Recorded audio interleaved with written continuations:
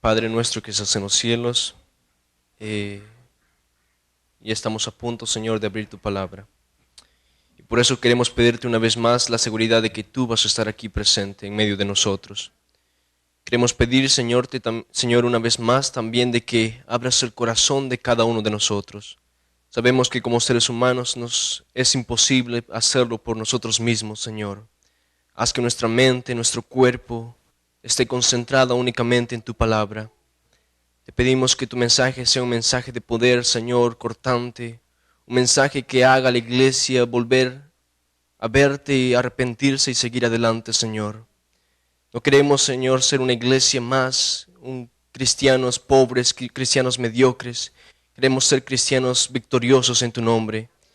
Y cada uno de nosotros aquí quiere ser salvo, Señor.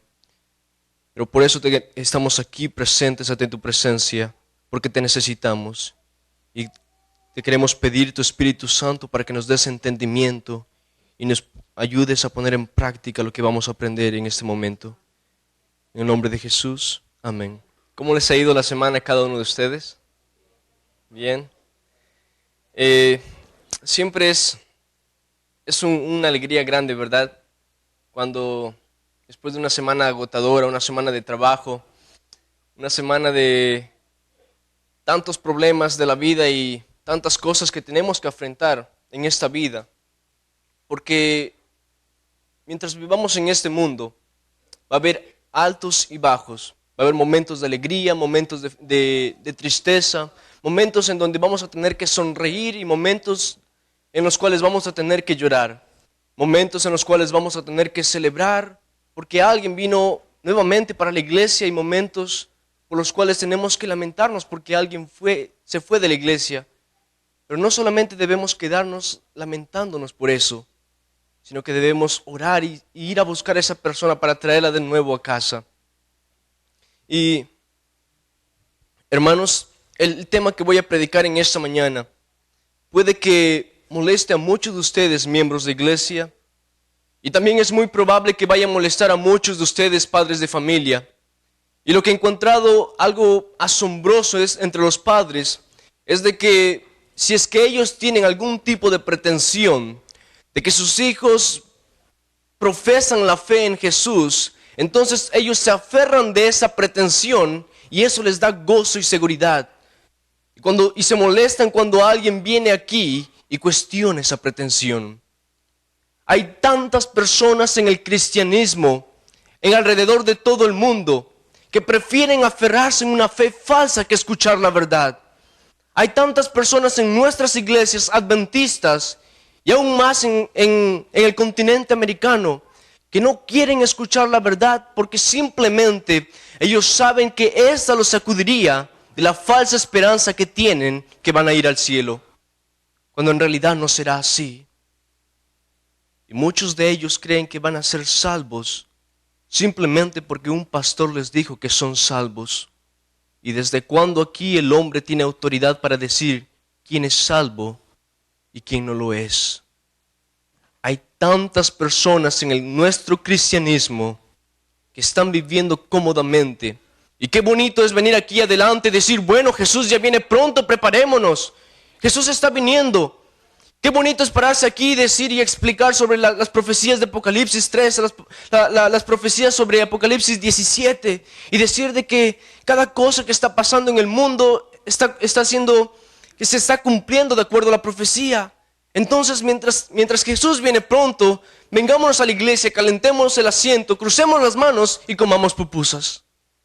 Eso es lo que muchos de nosotros hacemos, conformes con nuestra vida.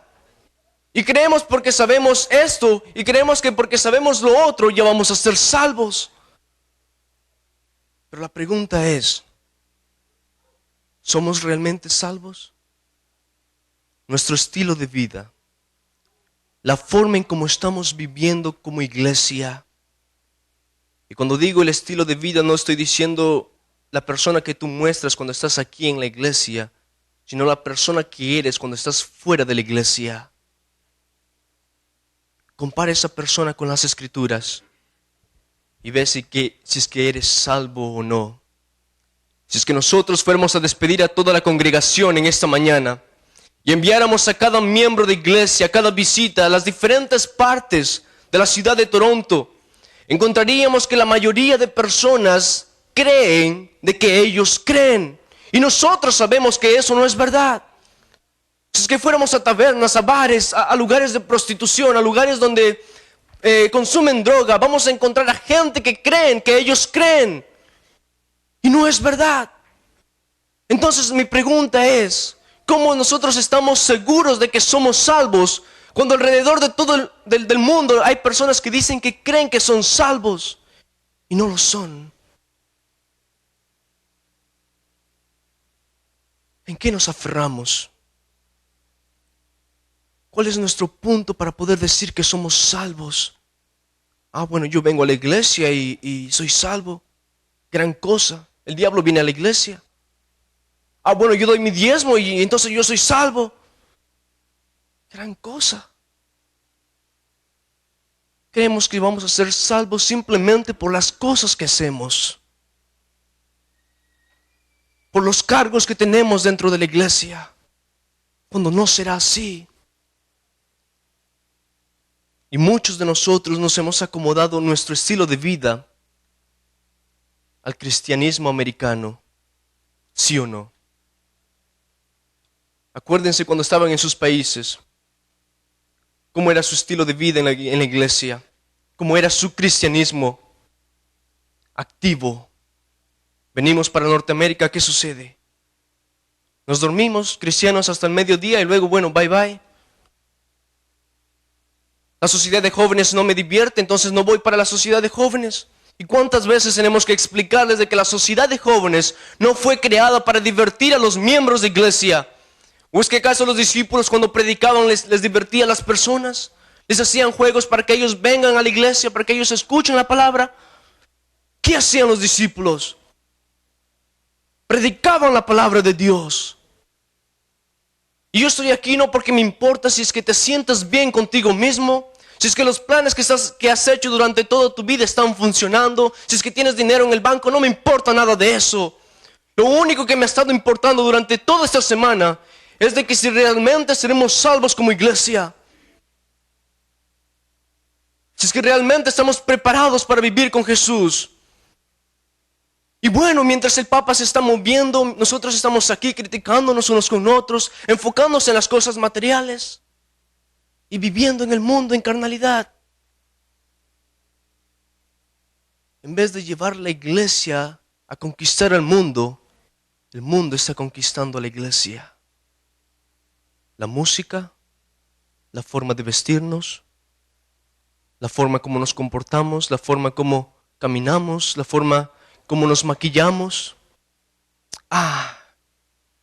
Ese ya es un lunático, un fanático.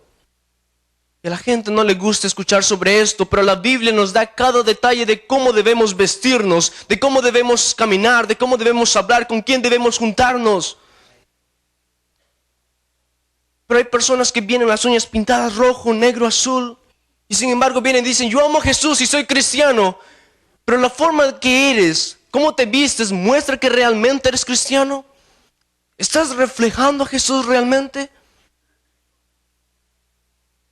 Hermanos, por el amor de Dios, estamos viviendo en tiempos finales.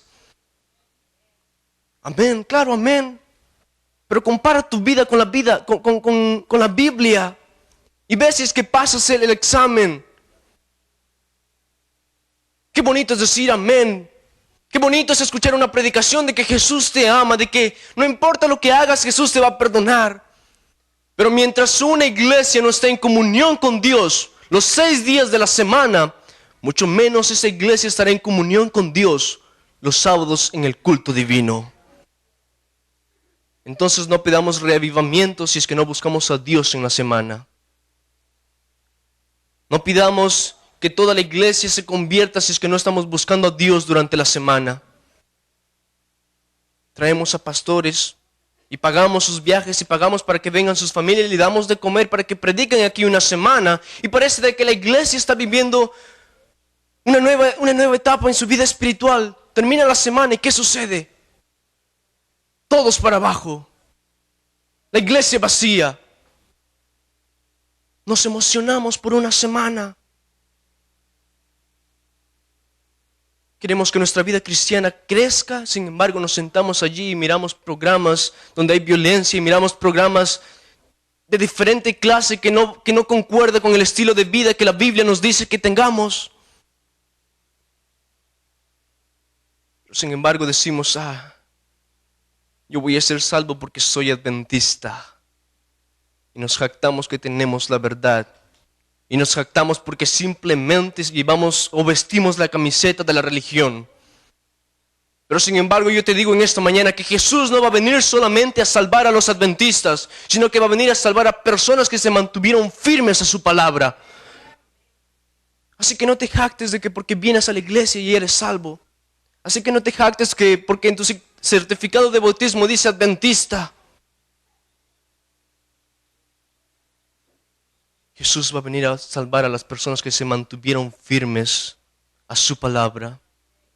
Y si nosotros vemos alrededor del mundo personas que mueren por causa de la fe en Nigeria, en el Medio Oriente, en el sur de China, en el sur de Corea, personas que mueren porque no quieren negar a Jesús, personas que son despellejadas y sin embargo nosotros aquí en el cristianismo americano, en tan solo cosas pequeñas negamos a Jesús. ¿Qué es lo que sucede con nuestro cristianismo, hermanos? En América se han combinado dos teologías. La primera, que no me gusta mucho hablar sobre ella, es la teología de la seguridad del creyente. Y básicamente, esta teología habla sobre que aquella persona que ha aceptado a Jesús verdaderamente, sinceramente, ha nacido de nuevo y por lo tanto es salvo y es guardado por el poder de Dios. La teología de la seguridad del creyente. Pero hay esta otra teología, que es la teología de la garantía.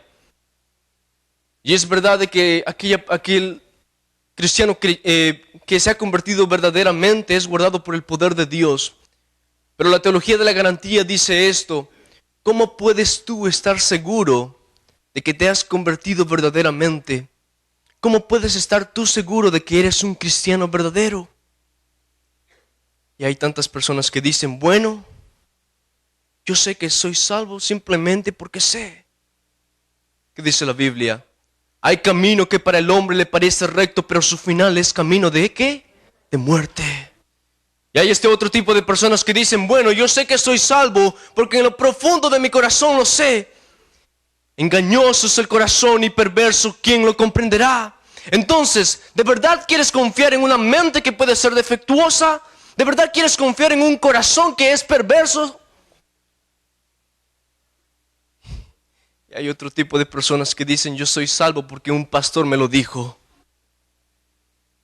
Y lo peor de todo, yo soy salvo porque he caminado con Dios. Mi querido hermano, déjame decirte esto y bien claro. Si es que no estás caminando con Dios en este momento, no tienes la seguridad de que has sido salvo. Lo que estoy diciendo en esta mañana no es de que si antes que caminabas con Dios eras salvo, entonces un día dejaste de caminar con Dios y ya no eres salvo. Lo que te estoy diciendo en esta mañana es de que le hemos venido a conocer a Él. No porque un día nos convertimos, sino porque nos seguimos arrepintiéndonos el día de hoy. No porque un día le conocimos, sino porque seguimos construyendo una vida con Él. No porque un día nos arrepentimos, sino porque seguimos arrepintiéndonos el día de hoy. Lo conocemos no porque un día caminamos con Él, sino porque seguimos caminando con Él hoy. Y aquel que comenzó una buena obra en ti, la terminará. Quiero que me acompañen para 2 de Corintios. 2 de Corintios, capítulo 13, versículo 5. Aquí Pablo llega a una iglesia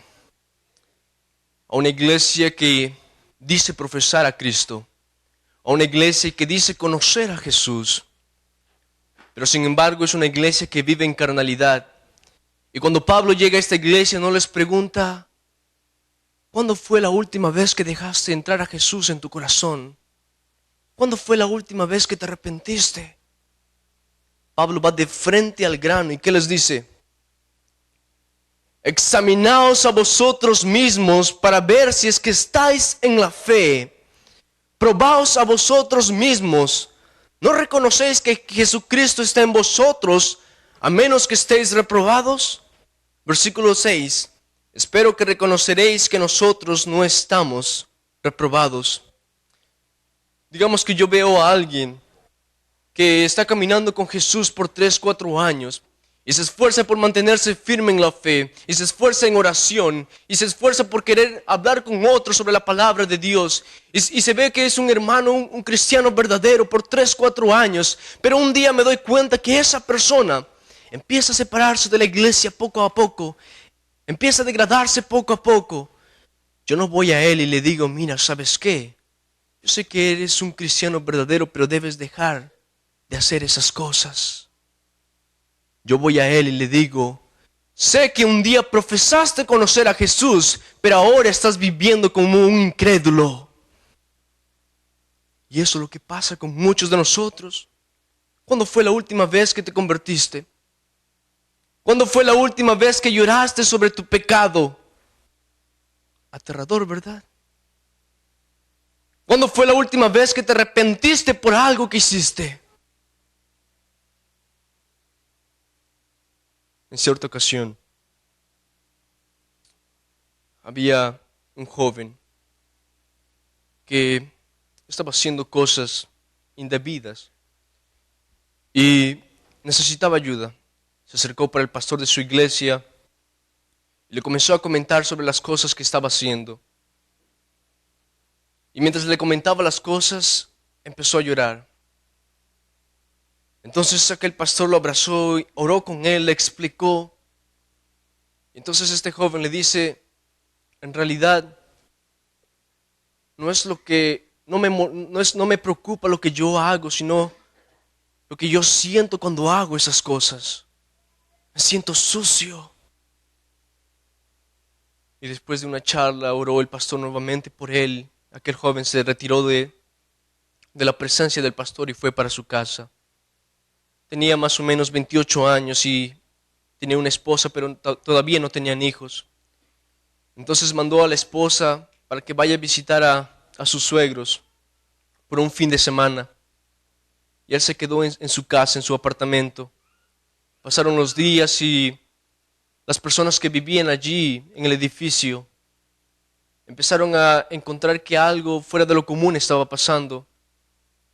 De la vivienda donde ellos estaban hospedándose salía un olor no agradable.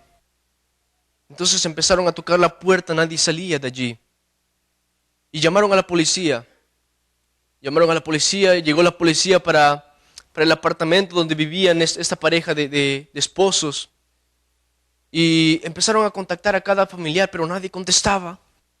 Entonces decidieron romper la puerta. Y cuando rompieron la puerta se dieron con la sorpresa de un cuadro muy horrible. Aquel joven se había colgado de la viga de su baño, se había suicidado. Y este cuadro no puede ser más horrible si es que yo no te dijera de que aquel joven era un pastor de iglesia. De que aquel joven era un pastor suplente de la iglesia donde este pastor estaba predicando aquella semana. Yo te pregunto, ¿cómo es posible de que una persona después de haber pasado por tanto conocimiento teológico no pueda entender lo que realmente sucede en el cristiano, en el ser humano, en la vida cristiana, para que pueda llegar a tomar esa decisión? Tal vez porque esto va mucho más allá de la teología. Tal vez porque esto va mucho más allá de cualquier conocimiento que podamos tener. La vida cristiana se basa en la relación que tenemos con Jesús. Y por ahí alguien dijo cierta vez, ¿y cómo es posible de que aquella persona cayó en pecado? Yo te digo una cosa, nadie cae en pecado, sino que nos deslizamos en el pecado. ¿Cuántos de nosotros estamos deslizándonos en el pecado hoy en día? ¿Cuántos de nosotros estamos llevando una doble vida? Mostramos una cosa en la iglesia y somos otra cosa en el mundo. Pero la pregunta sigue vigente hasta este momento. ¿Cómo es que nosotros podemos tener la certeza de que realmente somos salvos? Primera de Juan capítulo 5, versículo 13. Si es que tienen su Biblia, acompáñenme.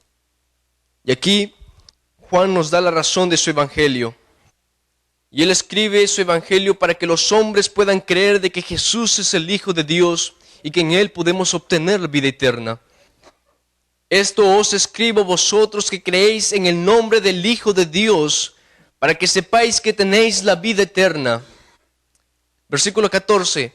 Esta es la confianza que tenemos en Él, que si pedimos algo conforme a su voluntad, Él nos oye. ¿Quieres saber si es que has nacido de nuevo? Entonces ve y aplica tu vida a lo que Juan dice. ¿Y qué es lo que Pablo le dice a la iglesia cuando llega a este grupo de personas que están viviendo en carnalidad? Examina tu vida a la luz de la verdad para que veas si es que estás en la fe. Examina tu vida en este momento. No cuando salgas de la iglesia, no cuando escuches la palabra de este predicador. Ahora es el momento donde debes examinar tu vida a la luz de la verdad. Porque una vez que salgas de la iglesia, afuera el pecado te está esperando para robarte todo lo que has aprendido en este momento. Es ahora el momento de salvación. Es ahora el momento donde debemos arrepentirnos y mirar a Jesús y mirar a la cruz. Y pedirle a Dios perdón. Y caminar con Él hasta la vida eterna. Y el libro de Juan nos da múltiples pruebas para ver si es que nosotros nos encontramos en la fe. Y vamos a tomar algunos de ellos en esta mañana. Vayamos para 1 de Juan, capítulo 2, versículo 6. Y dice, el que dice que está en Él debe andar conforme como Él anduvo. Y tú puedes decir, pero Max, ¿quién caminó como Jesús? En cierta ocasión, mientras estaba dirigiéndome para la iglesia, estaba caminando por la calle, un padre y un hijo.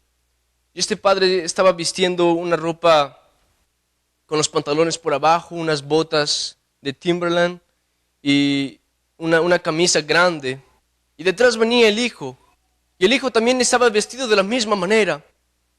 Y entonces el padre venía con un cigarro en la mano caminando de esta manera. Y atrás el hijo queriendo imitar al padre. Y si es que tú hubieras estado allí en ese momento, hubieras llegado a la conclusión de que este hijo quería ser como el padre. Y lo mismo sucede en la vida cristiana. Cuando nosotros caminamos en nuestro estilo de vida, debe ser de acuerdo a la manera en cómo Jesús vivió. No en cómo tu pastor vive, no en cómo tu anciano vive, no en cómo tu miembro de iglesia vive. Dejémonos de comparar nuestra vida cristiana con el resto de los hermanos de la iglesia, porque muchos miembros de iglesia que dicen llamarse ser cristianos en América están perdidos. Compara tu vida a la luz de la verdad y empieza a caminar como Jesús caminó. Dejémonos de caminar como el resto del mundo.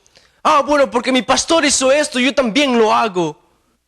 Yo soy salvo porque mi anciano de iglesia vive de esta manera. Compara tu vida a la luz de la verdad. Empieza a caminar como Jesús caminó. Si es que realmente dices que lo conoces, entonces sabrás cómo Jesús caminó. Y vamos para el segundo examen, que se encuentra en 1 de Juan capítulo 2, versículo 9. Y dice, el que dice que está en la luz y aborrece a su hermano aún está en tinieblas. Versículo 10. El que ama a su hermano está en la luz y no hay tropiezo en él. Versículo 11. Pero el que aborrece a su hermano está en tinieblas y anda en tinieblas.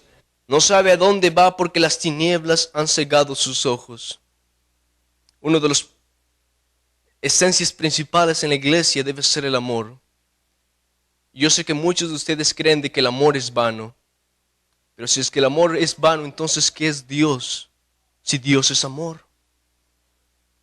Entonces debemos aprender a vivir en armonía como iglesia. Debemos amarnos cada uno de nosotros. Debemos brindarnos ayuda. Debemos protegernos. Debemos darnos la mano. Y no sé si es que ustedes se acuerdan de ese versículo que dice, yo estuve en la cárcel y no me fueron a visitar. Estuve sediento y no me dieron agua. Estuve hambriento y no me dieron de comer. Cuando Jesús habla a sus discípulos, perdón, en el último juicio, muchos hermanos dicen, bueno, entonces vayamos para la cárcel y demos de comer a las personas. Vayamos para ciertos lugares y demos de agua a las personas y entre otras cosas más. Pero lo que este versículo quiere decir es de que en algunos países, yo no sé si es que en sus países esto sucede, pero cuando alguien cae en la cárcel, hay tantas personas, tantas cárceles en las cuales no les dan de comer a las personas.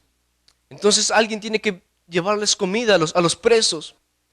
Y imaginemos de que esta vez alguien es puesto en la cárcel no porque haya robado, no porque haya asaltado, ni tampoco porque haya matado, sino porque es cristiano. Y entonces no le dan de comer a aquella persona. Y cuando las personas que son dueñas de la cárcel ven que alguien viene dando comida a aquella persona, van a llegar a la conclusión de que esa persona también es cristiana. Pero a ti no te importa nada. Entonces vas tú con la comida y le das sin importarte las consecuencias.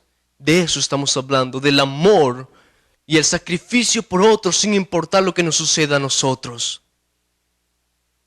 En cierta ocasión allá en Perú hay un grupo llamado Sendero Luminoso que está a cargo de la selva. Y entonces cierto pastor fue a predicar para la selva y estaba con su acompañante. Y estaban perdidos en medio de la selva. Y no sabían a dónde llegar, entonces tenían miedo porque si es que este grupo los encontraba, los iban a matar. Y llegaron a un pequeño pueblo en medio de la selva y empezaron a preguntar a las personas que vivían allí si es que alguien conocía a alguien, alguna persona cristiana en ese pueblo. Entonces los jóvenes dijeron, bueno, allá vive cierta persona, una viejita. Entonces ella es cristiana. Aquel pastor y su acompañante tocó la puerta y le dijo, hermana, somos cristianos y queremos su ayuda. Entonces la viejita los jaló, los metió para adentro, cerró la puerta con cerrojo, fue para su almacén, sacó unas yucas, las puso en la olla, las zancochó y mató una gallina y les dio de comer. De eso estamos hablando, sacrificio. Sacrificio por otros, basados en el amor. Y vamos para el último examen. En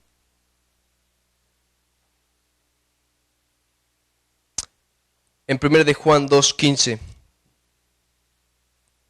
Y dice, no améis al mundo ni lo que hay en el mundo. Si alguno ama al mundo, el amor del Padre no está en él. ¿Qué es el mundo?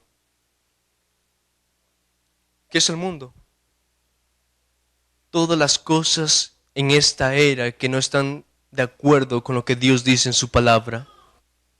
Eso es el mundo. Pero muchos de nosotros encontramos placer afuera del mundo.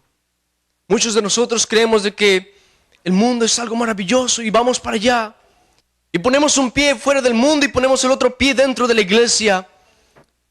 Si es que realmente quieres danzar con el diablo toda la noche, hazlo. Danza con el diablo, pero no vengas aquí a decir de que amas a Jesús y cuando estás afuera compartes el mismo amor con el mundo. Amar al mundo. Amar al mundo que crucificó a Jesús en un madero. Compartir ese amor con el mundo. Estamos hablando de lealtad, hermanos. Estamos hablando de ser leales a Dios en lo más pequeño. Y debemos mantenernos firmes a su palabra. Yo no sé la forma de vida que estés viviendo. Yo no conozco tu corazón. Pero la Biblia es igual para todos. Yo no sé cómo vives fuera de la iglesia. Pero lo único que sabe es Jesús. Y un día tú tendrás que rendir cuentas no a tu pastor, no a tu anciano, y tampoco vas a tener que rendirme cuentas a mí. Tú vas a rendir cuentas a Dios. Y a Dios no le puedes engañar. A Dios no le puedes ocultar la manera que estás viviendo. Tal vez le puedes ocultar la forma, tu estilo de vida al pastor con tan solo vestir un buen traje, con tan solo venir bien maquillado de cristianismo falso. Pero a Jesús no le puedes engañar. Y si es que no estás viviendo de acuerdo a lo que la Biblia dice, hoy es el momento de regresar a Jesús. Hoy es el momento de arrepentirte. Y Jesús te dará una nueva oportunidad. Y saben, lo más hermoso que encontramos en la Biblia es que cuando abrimos a la Biblia, vemos un sinnúmero de personajes. Hombres que se mantuvieron firmes a Dios. Hombres que predicaron, hombres que fueron usados por Dios. Pero sin embargo, algunos de ellos no fueron perfectos. Algunos de ellos dudaron. Encontramos hombres como David. Adulteró, mató. ¿Qué más podría haber hecho David? Pero sin embargo se arrepintió y pidió perdón. Y fue bendecido por Dios. Y mientras nosotros seguimos buscando y dando vuelta a la página, encontramos hombres como Daniel. La Biblia no menciona ningún pecado sobre Daniel. Un hombre que se mantuvo firme a sus principios, firme a la palabra de Dios. Mientras nosotros seguimos volteando las páginas de la Biblia, encontramos hombres como Pedro, teniendo el privilegio de hablar con Jesús cara a cara, teniendo el privilegio de caminar con Él, decidió negarlo. Pero al final de todo, cuando Jesús venga en gloria y majestad, el reino de Dios no solamente va a ser para personas que nunca cayeron, sino para las personas que aunque cayeron se levantaron y fueron victoriosos en el nombre de Jesús. No sigas ensuciándote en el pecado. Levántate, arrepiéntete. Pide perdón a Dios y sigue para adelante. Pero tal vez tú puedes venir aquí en esta mañana y decirme, bueno, ¿a ti qué te importa?